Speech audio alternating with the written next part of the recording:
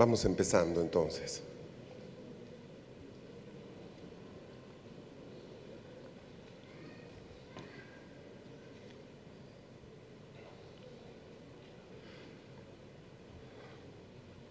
El día de ayer, cuando hablábamos respecto a la reforma de Lutero, el proceso que se inicia en 1500, yo intenté proyectar una visión un poco más amplia que solo la reforma misma. Les explicaba de que en realidad a partir de 1400, mediados 1450, 1470, empieza a haber un rompimiento en muchos niveles, e inclusive mencioné que de hecho la aurora de la reforma, como se llama John Huss, 100 años antes de Lutero, es quien realmente inaugura ese periodo que estaba el Señor anticipando. Para decirlo de una manera más o menos visual, cada cierto tiempo se generan algunas manifestaciones de Dios, esa lámpara que es puesta en un lugar alto e ilumina a todos. Y se produce un auge de diferentes áreas: ciencia, tecnología, comunicación, cambios de modos políticos, en fin, no es fácil encontrar momentos así. Yo he hilvanado como 3 en toda la historia, más o menos desde el siglo II, así que no sé y no he hecho un trabajo exhaustivo, no soy historiador, no he hecho un trabajo al punto de poder determinar con más precisión algunos otros puntos. Un ejemplo de esto es el principio del siglo XX. Es muy interesante, por ejemplo, que al empezar el siglo XX se desatan una cantidad de avivamientos en diferentes partes del mundo, en lugares que no estaban conectados por esos focos de avivamiento inicial. Por ejemplo, en 1902 empieza un avivamiento en Australia y Nueva Zelanda. En 1904 aparece el famoso avivamiento de Gales, se acordarán ustedes, con Evan Roberts, donde cerca de 100,000 personas aceptan a Jesucristo. Se acordarán ustedes del avivamiento de Corea en 1905, el de Manchuria en 1906, y más cerca en casa, por ejemplo, tenemos el avivamiento de 1909 en Valparaíso, Chile, dentro de lo que era la iglesia metodista. También está el avivamiento de 1906 en California, el famoso avivamiento de la calle Azusa. Sumando y restando, fácilmente podemos hablar de que a principios del siglo XX, de manera no sincronizada, hubieron al menos 10 avivamientos en el mundo que sacudieron el globo terráqueo en diferente magnitud y en diferente forma. Cada uno de ellos, el de Manchuria, el de Gales, el de la calle Azusa, es digno de ser estudiado porque tuvo repercusiones en muchísimos niveles, muy tremendo. Por ejemplo, del avivamiento de la calle Azusa se sabe que más de 200 misioneros empezaron un proceso de salida, llegando a casi 2,000 y tantos misioneros que llegaron a India, llegaron a África, llegaron a muchísimos lugares, de una forma absolutamente dirigida por el Espíritu. Lo que pasó en Valparaíso, en el avivamiento de 1909, es muy particular porque provocó una remesón muy fuerte en una de las ciudades más emblemáticas y más antiguas de Chile. Entonces, esto no es casual, eso muestra de que Dios está predisponiendo la atmósfera, está creando un entorno, un ambiente para generar una cantidad de cambios. Ahora, ha habido gente con muy buena intención, ha habido gente que ha tratado de demostrar que hay un patrón en los avivamientos.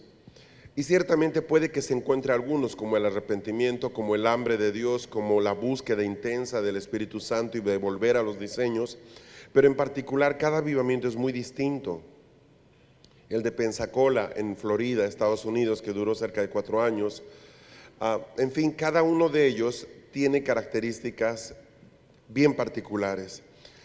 Nosotros no podemos, y creo que aquí hay un error frecuente que cometemos como seres humanos, no podemos tratar de encuadrar cómo debe ser cada avivamiento.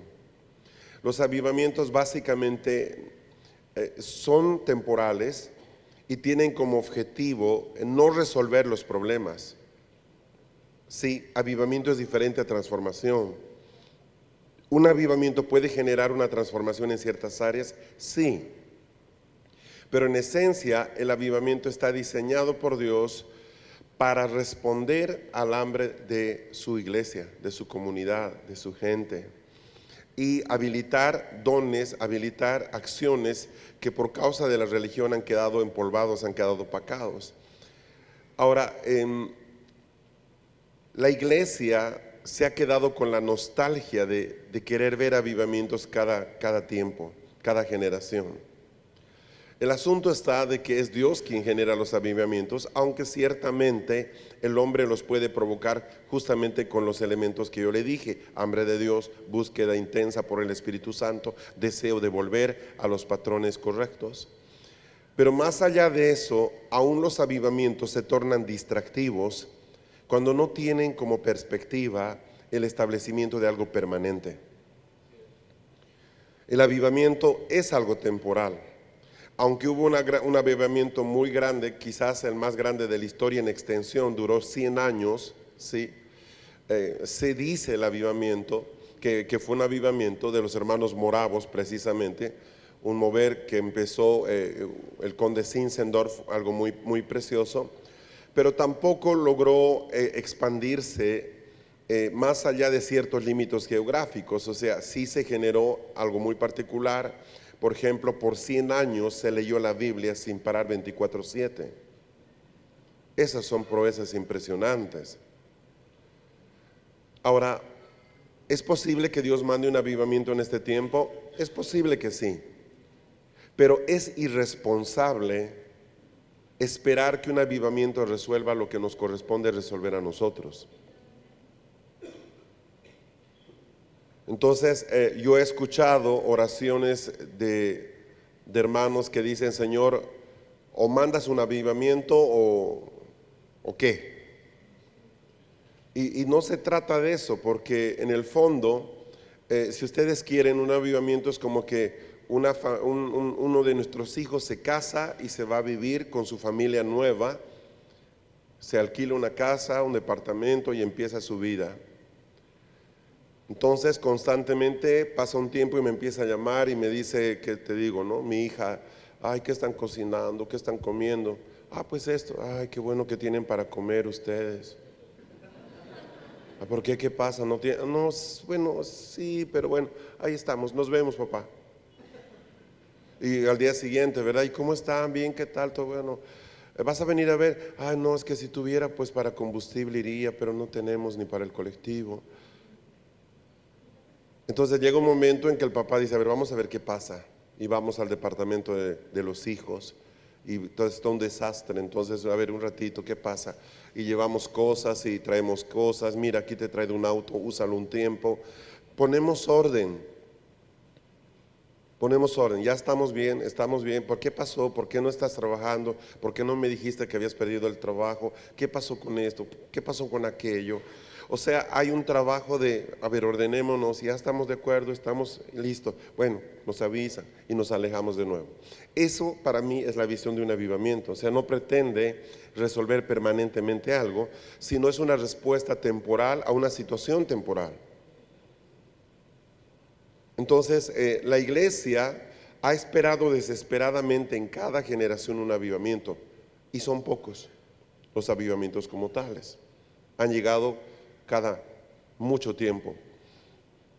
Entonces, aquí surge un elemento muy particular, y es el entendimiento de por qué Dios está haciendo lo que está haciendo en la iglesia.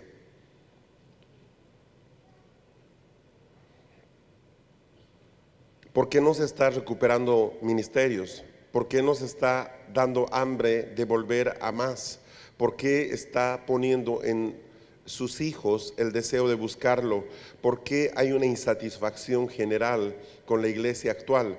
¿Por qué nos sentimos defraudados al ver lo que está pasando y sabemos que Dios nos quiere dar más? ¿Por qué esto está creciendo en la gente? es justamente el preámbulo, es el escenario en el que Dios nos pone para que luego podamos obrar en una dirección correcta. ¿Me está siguiendo? Porque no nos hemos puesto de acuerdo para estar insatisfechos. No nos hemos puesto de acuerdo para hablar de esto o de aquello.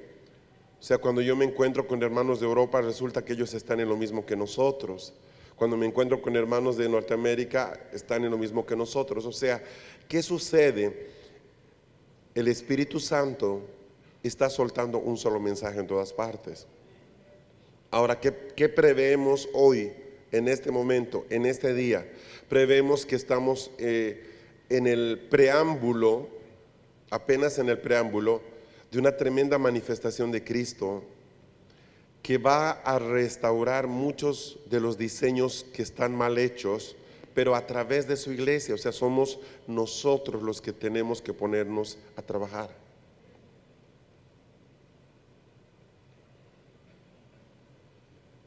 Y es ahí donde tiene sentido las escuelas, los libros, ahí tiene sentido el proyectar un trabajo de proceso, no de evento. Ahí tiene sentido hablar de transformación. ¿Por qué? Porque empezamos a mirar con seriedad que Dios nos está empujando en cierta dirección.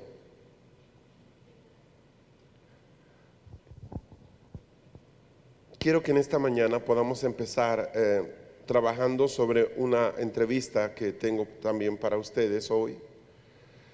Nos va a dar un tema de discusión, nos va a hacer pensar, así como con Sebastián ayer abordamos la conversión, estar bajo autoridad. Aquí vamos a tocar otros puntos y sé que va a ser de tremenda utilidad. Entonces, por favor, atiendan un momentito esta entrevista y luego compartimos. Un gusto saludarte, Anita. Gracias por poder darnos unos minutos desde Jacksonville. Qué alegría poder tenerte con nosotros en medio de esta convocatoria tan importante aquí en Colombia.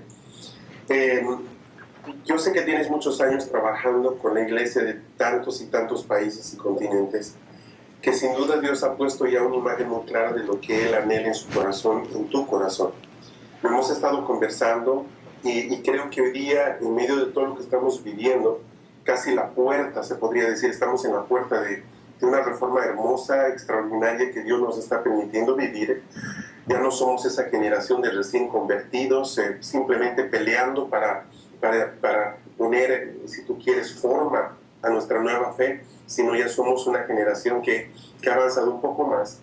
Creo que estamos en la puerta de un proceso muy importante, pero estamos cayendo en errores muy tremendos también, y precisamente ese es el motivo de esta entrevista. Quisiera empezar preguntándote cuál es tu sentir que tú tienes en concreto, en lo que Dios te ha revelado respecto a lo que es esta reforma a la que Dios nos está llevando. ¿Cómo podías definirla? Bueno, lo que me llevó a mí a empezar a entrar en lo que es la reforma, que ya estamos viendo algunos brotes en algunas naciones, primitivos, pero algunos brotes, es ver la ineficacia de la iglesia cristiana de nuestros días. O sea, si bien hemos avanzado muchísimo en números, no hemos avanzado en gente eficaz. La iglesia no tiene un impacto en las naciones. Voy a poner un ejemplo como puedo poner otro. Quizás la nación más evangelizada de Latinoamérica es Guatemala. Guatemala se jacta de tener 70% de cristianismo.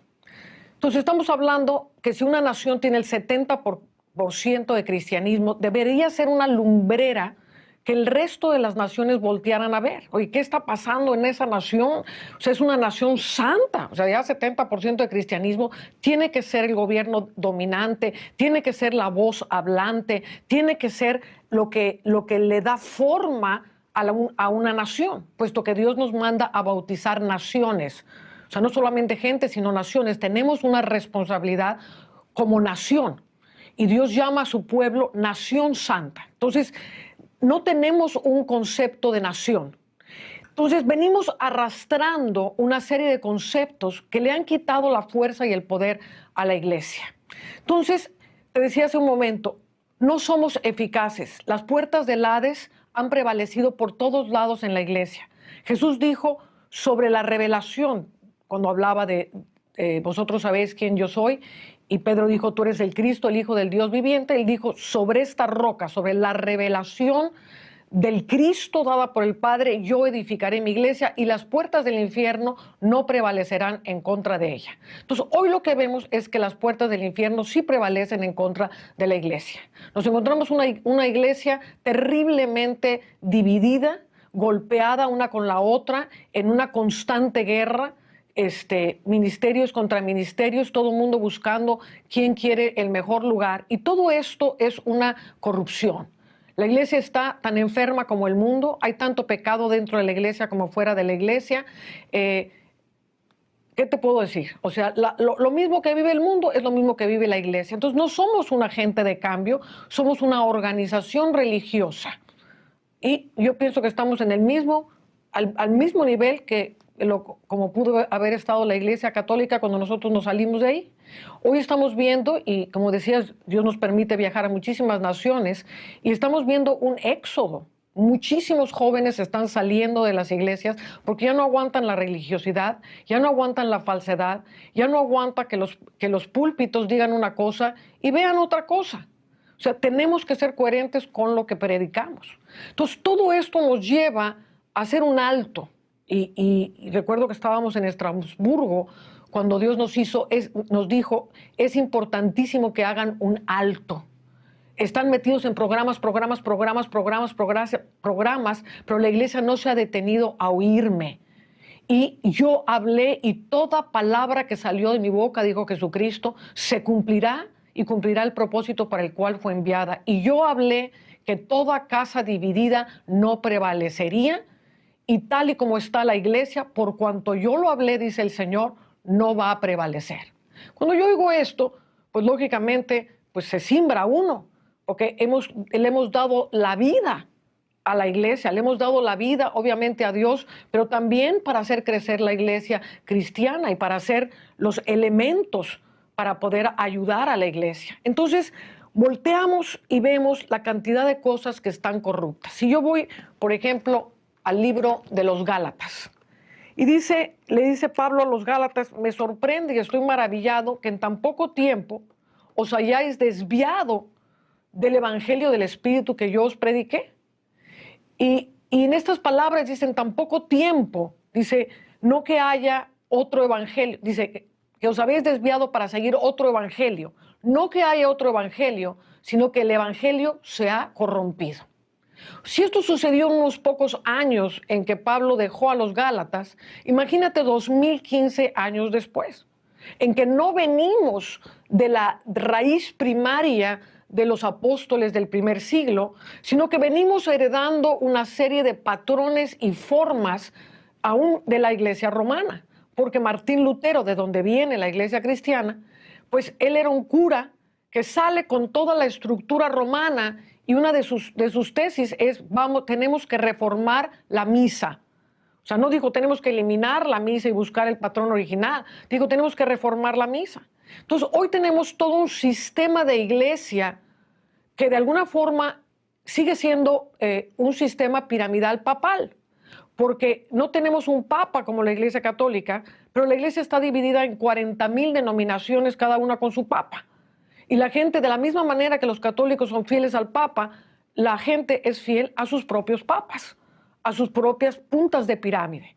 Y todo es una raíz de corrupción que venimos arrastrando, que necesitamos como apóstoles y profetas, dice la palabra de Dios, que la iglesia está fundamentada en la piedra angular que es Jesucristo, de esto hablaré en un momento, y sobre el fundamento de apóstoles y profetas. Entonces, apóstoles y profetas tienen que tener el diseño del cielo, porque Pablo decía, yo como perito arquitecto pongo el fundamento. Entonces, para ser un apóstol necesito ser un perito arquitecto. ¿Un arquitecto de qué? ¿De qué es lo que voy a edificar? Entonces, dice la palabra de Dios que el edificio de Dios es un edificio espiritual. Un edificio espiritual unido por las coyunturas que va creciendo todos juntos hasta alcanzar la unidad y la estatura del varón perfecto.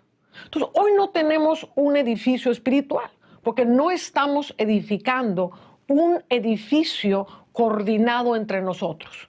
Estamos edificando otra cosa y esta otra cosa está sentenciada por la misma palabra de Jesucristo que no va a prevalecer.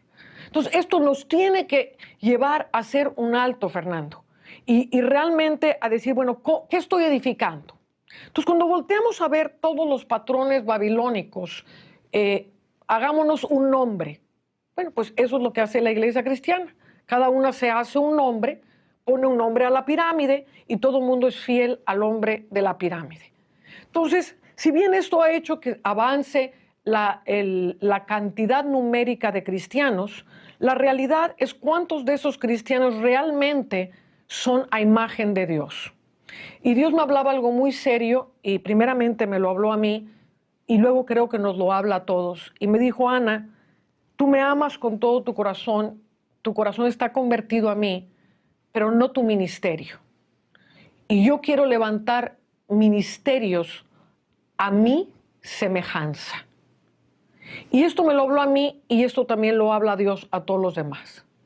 Tenemos corazones para Dios, amamos a Dios. Muchos de nosotros y mucha gente que trabaja con nosotros, pastores, amigos y todo, hemos dado la vida por Jesús, hemos dado la vida por las ovejas. Pero nuestros ministerios no son a imagen y semejanza de Dios. Son a imagen y semejanza de estructuras que venimos arrastrando de Babilonia, de estructuras que venimos arrastrando de Hollywood. O sea, recordemos que uno de los mayores evangelistas de Latinoamérica ha sido Estados Unidos. Y la fuerza más grande de Estados Unidos para comunicar es Hollywood.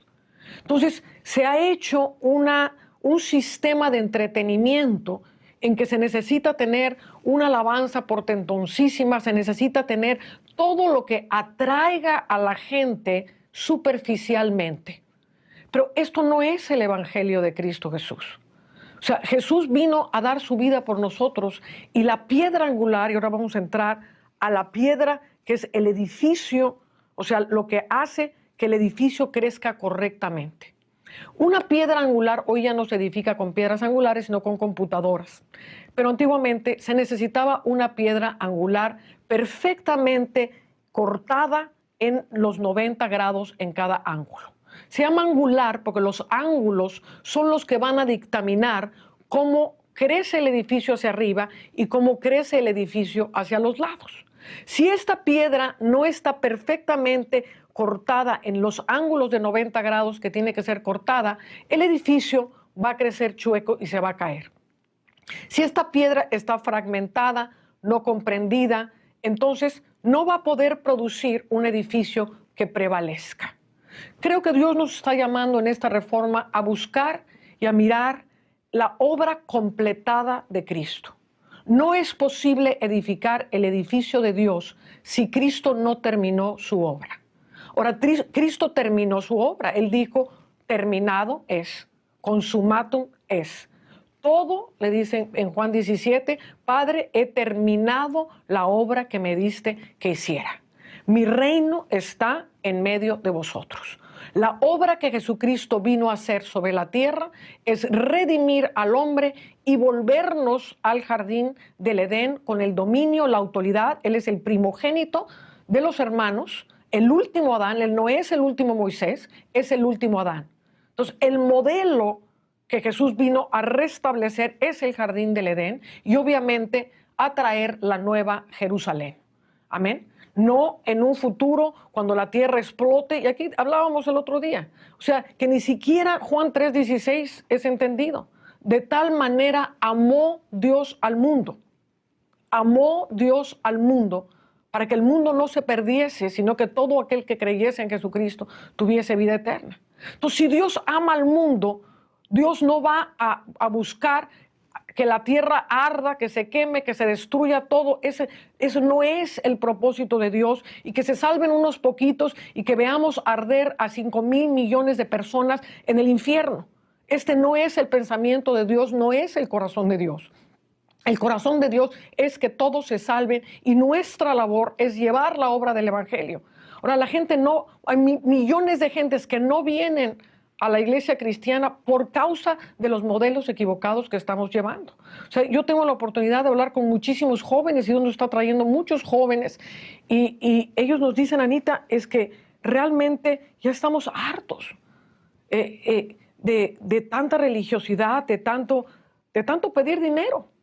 O sea, la iglesia no se ha vuelto otra cosa más que un negocio. El ego de las gentes.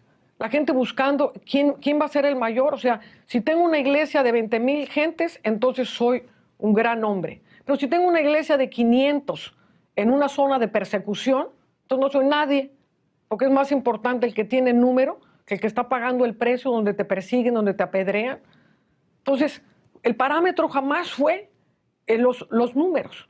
Pero la iglesia se ha enfocado en los números porque hay un ego, Fer. Hay un ego que tenemos que morir a él. Sí o sí estamos siguiendo un patrón equivocado en que la iglesia, yo soy de Pablo, yo soy de Apolos. O sea, cuando se convirtieron 3,000 personas el día de Pentecostés, la gente no estaba diciendo yo soy de la iglesia de Pedro, porque qué lindo predica Pedro con todos con el Espíritu Santo. Y es lo que estamos haciendo ahorita. Si alguien tiene el poder del Espíritu Santo, entonces ya todos se van con ese, y luego se van con el otro, y luego se van con el otro. Y estamos siguiendo una iglesia que yo soy de Pablo y yo soy de Apolos. Y necesitamos arrepentirnos porque el origen de todo eso, hay dos orígenes ahí. Uno es el ego. Hay sí o sí, y todos tenemos que arrepentirnos de esto. No estamos aquí para apuntarle el dedo a nadie, todos venimos del mismo ajo, todos venimos de lo mismo, todos tenemos que humillarnos delante de Dios porque hemos buscado ser el héroe de la película. Y si alguien va a hacer la gran cosa en la ciudad, si no lo hago yo, entonces no participo. Entonces no estamos sirviendo al reino, estamos sirviéndonos a nosotros mismos. Si yo soy el héroe de la película, entonces ya me siento muy a gusto, porque yo fui el que hice la gran obra de Dios y ahora todo el mundo me va a reconocer a mí. Y esto es orgullo y esto es lo que está matando la vida cristiana. Si nosotros no nos arrepentimos, vamos a perder toda una generación que viene atrás de nosotros. Ya los jóvenes no nos van a seguir. Millones de jóvenes se están yendo de las iglesias porque ya no quieren ver esto. O sea, yo he tenido gentes, y aún dentro de mi propia familia, que me dicen, Ana, yo no puedo creer en una iglesia dividida. Jesús no vino a predicar una iglesia dividida y ustedes nada más se están peleando unos con los otros. Mira las cosas tan abominables que salen en el internet sobre unos, sobre los otros, y nadie hace absolutamente nada. Esa no es la iglesia de Jesucristo. No me prediques esa iglesia. ¿Y qué decimos? ¿Qué puedo yo decir? ¿No es la iglesia verdadera? Sí es, pero está corrompida. O sea, sí tenemos la verdad, pero hay muchas cosas que tenemos que quitarnos. El velo del entendimiento está puesto sobre los ojos y hay una terrible incredulidad. Amén. Y por eso la gente ya no cree en la obra terminada de Jesucristo. Creemos en un Jesucristo que vino a traer una obra a medias. Entonces tiene que venir a completarla quién sabe cuándo. Y todo esto hace que no podamos edificar. Todo esto hace que tengamos una mentalidad de escaparnos en vez de bautizar naciones, en vez de transformar naciones. Y por eso es muy importante que de veras nos volvamos al origen, al amor, a la misericordia, al amarnos los unos a los otros. O sea, hoy el cuerpo ni siquiera es funcional en cuanto a sus órganos. ¿Por qué? Porque si yo quiero acaparar a toda esta gente bajo mi nombre, y aquí tengo partes que son el corazón y partes que son el hígado y partes que son los huesos y partes que son los pies. Tengo un órgano revuelto y ese órgano revuelto es infuncional. Yo tengo que poder determinar, ok, esta parte es un hígado, se lo voy a llevar a esta gente, los voy a llevar a sus primeros pasos, lo que sea, como pastor, y luego se los voy a entregar al hígado. Y estos son pies, pues se los voy a entregar al pie. Y estos son ojos, pues se los voy a entregar para que crezcan como ojo. Entonces vamos a tener un organismo fuerte, poderoso. Qué cosa tan maravillosa que la iglesia de Jesucristo pueda ser la iglesia gobernante, que nosotros podamos llevar el liderazgo, porque la luz que se manifieste a través de una iglesia unida no va a haber tinieblas que puedan prevalecer. Pero en la medida que estamos todos divididos, O sea, en medio de esa estructura piramidal jamás va a haber unidad. Se ha tratado la unidad de la iglesia por miles y miles de formas dentro de una estructura equivocada. Lo que tenemos es que cambiar la estructura y verdaderamente volver al modelo de un edificio espiritual unido por las coyunturas. Y hay gentes a las que yo puedo afectar porque estoy unida a ellas, hay otras que tú puedes afectar porque te van a hacer más caso a ti que a mí. A lo mejor yo les doy miedo porque soy muy fuerte, pero a lo mejor a ti, que tienes una gracia tremenda con los pastores, pues se llevan bien contigo, pero podemos ser coyuntura y estar todos ligados y todos respetándonos. Y si alguien se mete contigo, óyeme, no, esto es coyuntura. Está bien que tú no pienses igual que él porque tú eres parte de estos, pero ellos son el cuerpo de Cristo y todos nos defendemos y nos amamos y hacemos una fortaleza que no va a haber principado ni potestad que pueda venirse en contra nuestra. Anita, tú has mencionado dos elementos, rescato dos elementos como los causantes de esta crisis. Uno es el egoísmo en el corazón del hombre. Y otro, utilizo una palabra que tú no la has mencionado, pero indirectamente sí, la tradición. Hemos heredado una manera de hacer las cosas y esto aún está reflejado en la doctrina que hoy día tenemos.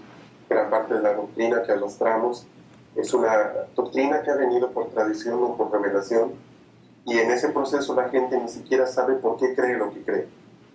Ahora, ¿cómo podemos ayudar a resolver estas dos cosas? A ver, cuando tú me hablas del egoísmo, estamos hablando de líderes, de ministros que están jalando multitud de gentes que técnicamente ellos ya han debido o deberían haber resuelto el tema del egoísmo y de los celos, pero que en la parte práctica no lo ha sido, no se ha dado. Muchos de ellos han salido de estructuras o se han visto forzados a salir de estructuras donde se los celaba, había envidia, había una cantidad de cosas, nunca fueron discipulados, nunca fueron pastoreados. Probablemente el ministerio que más se ha desvirtuado de todos los que existen es el ministerio pastoral, porque pues ha sido armado con pedazos, si tú quieres, pero en el fondo es muy difícil que una persona que no tuvo un modelo correcto pueda mañana empezar a hacer correctamente las cosas. ¿Cómo podemos nosotros empezar a articular un camino de solución? O sea, tú me dices, no podemos seguir ya más con celos. Ok, ¿cómo resolvemos esto entonces? ¿Ministrando a los pastores? ¿Escribiendo más libros? ¿Qué camino tú sientes que es el mejor? Bueno, primero tenemos que expresarnos. Primero tenemos que hacer que los ojos sean abiertos, como le decía Jesús cuando se le apareció a Pablo. Pablo creía que estaba siguiendo la verdad, Saulo de Tarso, creía que estaba siguiendo la verdad, apedreando y persiguiendo a la iglesia, pero no estaba en el modelo correcto. Entonces Jesús se le aparece y le dice, te he llamado para que seas mi ministro, para que abra sus ojos y se conviertan de las tinieblas a la luz. Entonces lo primero que tenemos es que abrir los ojos de la gente. Abrir los ojos de los pastores. No solamente tú y yo estamos sintiendo esto, o sea, esto es Dios mismo el que lo está motivando. Y Dios mismo es el que ya está poniendo en el corazón de varios apóstoles verdaderos y varios profetas verdaderos que algo tiene que suceder. Y yo creo que el tiempo está llegando en que vamos a hacer una fusión, amén, para empezar a ver cómo traer las soluciones. Pero los primeros que tenemos que cambiar somos los que estamos en las cimas. Porque si nosotros no nos humillamos para creer en el cuerpo y que el cuerpo tiene una cabeza y que ninguno de nosotros tiene el modelo, es que el problema se ha seguido, yo tengo el modelo del éxito para plantar iglesias. O sea, no es el modelo del reino y del edificio celestial, es el modelo del éxito para plantar iglesias. Entonces, nadie puede tener el modelo. ¿Por qué? Porque el modelo lo tenemos que tener todos juntos. Y tenemos que ver la manera de que cada uno colabore con su pieza. Y yo pienso que vienen tiempos en que vamos a poder reunirnos y tener reuniones quizás en un hotel y simplemente meternos, platicar, hacer descender la gloria de Dios, que Dios nos hable y que Dios nos dé los elementos para poder cambiar.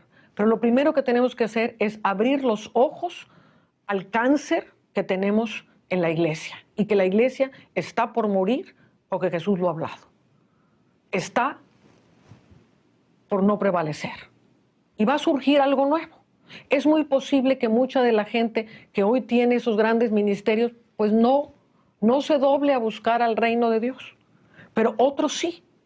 Y entonces en esa fuerza de los que sí van a surgir, esa luz va a iluminar a muchos otros. Entonces, lo que primero tiene que ver la iglesia es que sí, efectivamente, hay apóstoles y profetas fuertes, internacionales, capaces de decir, ya no más yo, más tú, Jesús. Tú eres la cabeza. Y este es mi hermano y este es mi hermano. Y ninguno de nosotros es el héroe de la película. Tú eres el héroe de la película. Entonces, tiene que empezar por nosotros sí o sí. Y por tener la conciencia de que se nos está yendo de la mano una generación. Yo creo que nuestra generación falló en el concepto de hacer iglesia y que somos un ministerio, me refiero a los que estamos vivos en este tiempo y entendiendo las cosas, somos ministerios de transición, que tenemos que heredar algo mejor a nuestros hijos, que tenemos que heredar por lo menos un fundamento para que ellos continúen el edificio. Siento que es por ahí. El segundo punto es el tema de la tradición y aquí entra el tema de la doctrina. Tú has hablado de la piedra angular. Yo no creo que haya una sola iglesia hoy día que no crea que esté establecida sobre Jesucristo. Empezando con los católicos o los ortodoxos rusos, en fin, todos van a hacer bandera de esto. Somos cristianos. Ahora, ¿qué diferencia esa piedra angular de ese concepto de que Cristo es nuestro fundamento que tiene el 99.9% de la iglesia evangélica hoy día en el mundo? Ok. Amplíanos un poco eso. O sea, decir Jesucristo es mi fundamento es muy vago. Porque Jesucristo, por ejemplo, en la iglesia católica, tomo la iglesia católica para que no tocar a nadie acá, creen. O sea, el Jesucristo de la Iglesia Católica es un Jesucristo apoyado en su madre. Entonces, tienen el nombre de Jesucristo, tienen un fundamento, pero ¿es realmente el fundamento de quién es Jesucristo? ¿Un Jesús que necesita a su mamacita al lado para que le solucione todas las cosas? Pues tendrán el nombre de Jesús, pero no es el Jesús correcto. ¿Sí me entiendes? Entonces, ¿cuál es mi concepción de Jesús? Un Jesús que no tiene reino. No es que Jesús vino, pero no tiene reino. No, Jesucristo es el Rey de Reyes y Señor de Señores. Entonces, lo primero que tengo que definir es quién es y cómo es Cristo Jesús, para que sobre ese entendimiento de la obra terminada de Jesús, entonces realmente sea un fundamento. Porque si yo nada más digo, bueno, Jesús es mi fundamento, de aquí para el real yo edifico como sea, lo que se me venga en gana y lo que yo crea y lo que ya heredé de acá y lo que le copié al ministerio de allá y el modelito que agarré de por allá y lo corrijo con el modelito que agarré de acá y estoy edificando como se me pegue la gana.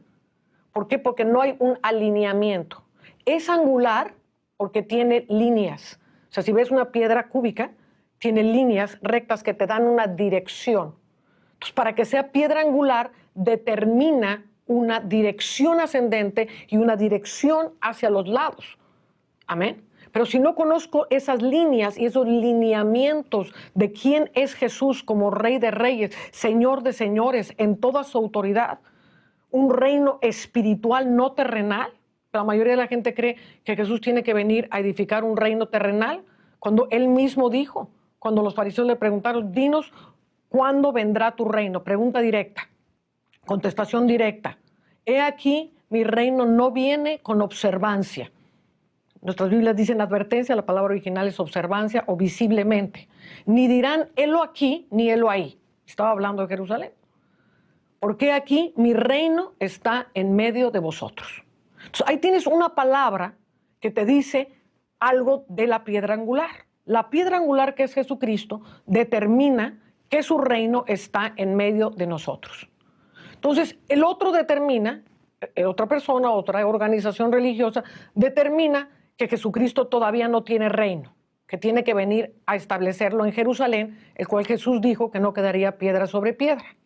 Entonces, ¿para qué vendría Jesús a destruir Jerusalén, a destruir el templo, si después su propósito iba a ser volver a edificar un templo de piedra para volverse a sentar en un trono de un reino terrenal cuando él mismo dijo que su reino era espiritual? Entonces estamos viendo un Jesús que no tiene reino, un Jesús que va a establecerse en la tierra, un Jesús que va a edificar otra vez un templo para volverlo a destruir. Entonces, este Jesús y el Jesús que tiene reino, y su reino no es de este mundo, son dos Jesuses o dos percepciones de Jesús totalmente opuestas y diferentes. ¿Sí me entiendes? Entonces, aquí esto nos está dando la luz de ver que la piedra angular no es nada más decir tengo a Jesús. No, ¿cuál es mi percepción de lo que es Jesús, de lo que Él vino a establecer? Y Él no podría establecer un edificio o una ciudad celestial si Él no pusiera los límites o los parámetros de esa piedra angular. Entonces, Él por necesidad absoluta se pasó 40 días después de la resurrección hablando acerca del reino de Dios. Y por resolución absoluta tenía que haber puesto los parámetros del reino. Se habló 40 días del reino. Imagínate un seminario de 40 días sobre el reino dado por el Rey de Reyes y Señor de Señores. Pues obviamente les enseñó a la iglesia primitiva cómo edificar. Y ninguno de ellos edificó su propio reino. Y ninguno de ellos predicó que Jesús regresaría a sentarse en Jerusalén. Ninguno de ellos. Fueron los fariseos los que creían estas cosas. Entonces, es muy importante definir, o sea, ¿qué es Jesús la piedra angular? A partir de ahí, yo tengo que meterme con Dios y meditar. ¿Qué es Jesús la piedra angular? Porque como peritos arquitectos necesito conocer la dirección vertical y las direcciones hacia donde se proyecta la ciudad celestial. Tú conoces al Señor en un momento bien interesante. Cronológicamente, 15 años antes se había estado restaurando el ministerio del intercesor. Estoy diciendo de que hace 40 años nadie vería con seriedad a una persona decir yo soy llamado a ser intercesor. Tú te conoces a Cristo más o menos 15 años antes, un poco más, un poco menos, donde ya empieza a ejercerse el oficio de intercesor. Naces en Cristo en un momento en el que hay una activación en lo profético, empezamos a escuchar de profetas, empezamos a ver, en medio de toda la tradición en la que teníamos como iglesia evangélica, empezamos a escuchar de palabra profética, palabra revelada, en fin, empieza a darse un cambio. Y hoy día tú también pudiste presenciar el surgimiento, el reconocimiento, el volver a despertar las bases del ministerio apostólico. O sea, tú has tenido la oportunidad de ver muchos cambios, igual que yo, en estos últimos 25, 30 años, muy rápidos. Básicamente que si hubiéramos tenido abuelos en la fe, no verían las mismas cosas ellos en su tiempo. Realmente ha habido muchísimo cambio en 25 años, es impresionante. Y basta con ver los textos, la literatura que ha empezado a salir en estos 25 años. Fallamos en el área del egoísmo, fallamos en el punto de la doctrina. A pesar de todo, el ministerio apostólico y profético son necesarios por Dios para la edificación de su iglesia. Ahora, tú has mencionado algo que particularmente creo que es vital, y es que las características del ministerio apostólico y profético no vienen por los números, sino vienen respaldando con una revelación del diseño fundacional. O sea, el que es apóstol de veritas, de verdad, es una persona que tiene entendimiento de cómo está diseñada la estructura que se llama iglesia. Todo este mover ha generado redes, ha generado estructuras piramidales. Hay una palabra, por ejemplo, en los primeros 15 años que yo fui creyente, Anita, no sé si te tocó a ti vivir esto, yo nunca había escuchado que estés bajo cobertura, que la cobertura aquí, que la cobertura allá. Como que estos son términos que han ido apareciendo, y no digo que son inventados, digo que son recuperados, pero ciertamente hay un desbalance muy fuerte, y lo centralizo en este tema. Hay un problema en que lo que creemos está muy incompleto, hay mucho desorden, y hay un problema en el área del corazón en la gente, porque la gente que hoy día está liderizando iglesias, muchos de ellos no han pasado realmente por una administración en la que puedan procesar todo esto. Ahora, tú eres una de las primeras personas a las que yo conozco hace años, el año 2000, enseñar respecto a la confesión pública de pecados, por ejemplo. Fue muy fuerte esa oportunidad en la que yo te escuché y la que tú misma confrontaste al grupo que yo tenía y nos llevaste a confesar públicamente los pecados. Nunca antes lo había visto y vi que fue una estrategia del cielo. Creo que eso de por sí rompe muchas estructuras de celo, de envidia, cuando tú confiesas las cosas públicamente. Aparte de pedir que el Espíritu abra los ojos de la gente, aparte de que la gente debe buscar al Señor, ¿cuáles crees que serían los primeros pasos que nos llevan en este proceso de apertura, de volver a escuchar al Espíritu? Yo menciono, por ejemplo, la apertura a la adoración, o sea, venimos de una liturgia en la que cantábamos y hoy día estamos peleando porque se establezca una cultura de adoración, no es simplemente cantar. Venimos de preparar un sermón homiléticamente correcto a compartir lo que el cielo nos está enseñando en un momento determinado. ¿Qué otras cosas deberían irse estableciendo gradualmente, según lo que tú entiendes, como primeros pasos para que se dé ese rompimiento dentro de las estructuras que hoy día llamamos iglesia? Creo que una de las formas en que Dios puede hacer, porque el único que puede hacer la obra es Dios, no lo vamos a poder hacer tú y yo. La única forma que Dios puede hacer algo es que se encuentre en la gente, pastores, apóstoles, profetas y pueblo, un pueblo que inquiera de Dios, un pueblo que diga, ok, voy a empezar a leer la Escritura de cero. Señor, tú revélame a mí, porque es increíble la cantidad, te vas a asustar lo que te voy a decir, de pastores y apóstoles que no leen la Escritura. O sea, que basan sus entendimientos por lo que dijo este, por lo que dijo el otro, por la píldora roja que me tragué, por la verde que me tragué, por la azul que me tragué, y si ya me cayó mejor la verde que la roja, entonces tiro la roja y agarro la verde, pero no se meten con Dios. Entonces, una de las cosas que Dios está hablando es, métanse y lean las letras rojas de la Biblia. ¿Qué es lo que Jesús dijo? Si vamos a conocer la piedra angular, vamos a conocerla a través de Jesús. Porque uno de los problemas es que tratamos de conocer a Jesús a través de Pablo.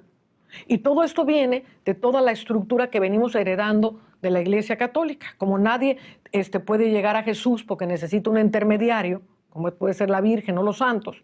Entonces, esto se transfiere a la Iglesia cristiana y entonces, ¿cómo vamos nosotros a interpretar a Jesús? Mejor vamos a interpretar a Jesús a través del apóstol Pablo. Y entonces leemos al apóstol Pablo, que según Pedro es el más difícil de ser interpretado y muchos tuercen lo que él dice. Entonces agarramos al apóstol más difícil de interpretar para ponerlo como filtro y entonces conocer a Jesús, cuando tiene que ser al revés. Tenemos que conocer a Jesús, quien es la piedra angular, y Jesús nos va a decir qué es lo que quiso decir Pablo. Ese es el orden correcto de las cosas. Entonces, necesitamos salir de la ignorancia, Fer. O sea, yo pienso que la iglesia necesita estudiar. Yo creo que los pastores necesitan meterse realmente a estudiar con Dios. O sea, ¿de dónde yo saco todas las cosas que yo saco? O sea, yo muchas veces te lo he dicho, pues yo voy a lo mejor 15 años adelante porque no tengo a quién seguir. No tengo con quién comentar las cosas que estoy viendo en el cielo. Y entonces, pues me meto y inquiero. Y hay cosas que me ha tomado 10 años abrir la boca para poderlas hablar. Buscando y buscando y buscando y buscando en el temor de Dios. Y sometiendo todo otra vez. Ok, Señor, tú me estás hablando, vuelvo a poner todo delante de ti. Confírmamelo. Lo vuelvo a poner otra vez todo delante de ti, confírmalo. Y entonces Dios empieza a mandar apóstoles y empieza a mandar profetas que me dan una pieza, que me dan otra pieza, que me confirman muchas cosas. Se va moldeando un entendimiento.